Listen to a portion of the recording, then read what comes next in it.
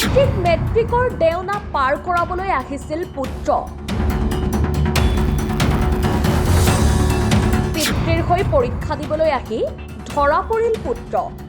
লখিমপুৰত পিতৃ মুকেশৰ দলেৰ স্থানত হাইস্কুল শিক্ষান্ত পৰীক্ষা দিবলৈ আহি গ্ৰেপ্তাৰ হ'ল পুত্ৰ। মেট্ৰিক ফেইল পিতৃয়ে হেনো কিছুদিন পূৰ্বেহে চতুৰ্থ শ্ৰেণীৰ চাকৰিত সোমাইছে। হাইস্কুল শিক্ষান্ত পৰীক্ষাত উত্তীৰ্ণ হ'লে পিতৃয়ে চাকৰিত পদোন্নতি পাব, সেই ভাবিয়ে পুত্ৰই এনে অনৈতিক কাৰ্যত লিপ্ত হৈছিল। লখিমপুৰৰ নআলি অবনৰী হাইস্কুলত এই ঘটনা সংঘটিত হয়। পুত্ৰই হয়তো ধৰা পৰিব বুলি ভবাই নাছিল, কিন্তু ইমান অবৈধ কাণ্ড সংঘটিত কৰাটো সম্ভৱ নহয়। অৱশেষত ভেকচন ধৰা পৰিল।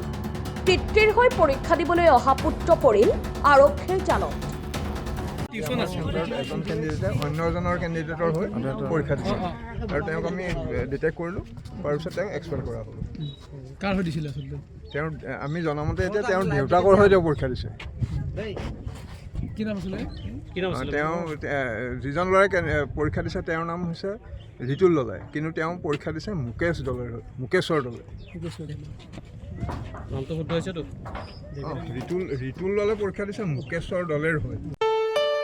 ঘৰত আনন্দ আৰু সম্পৰ্কৰ চমক বজাই ৰাখিবলৈ জৰুৰী হৈছে সকলো আনন্দময় মুহূৰ্তত মৰমৰ উপহাৰ দিয়াটো।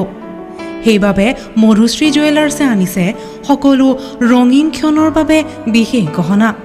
হীৰাৰে হওক, সোণৰে হওক বা ৰূপৰে হওক, শ্ৰেষ্ঠ ডিজাইনছ আৰু হলমাৰ্কযুক্ত গহনাই ৰাখে সম্পৰ্কক নিখুঁত।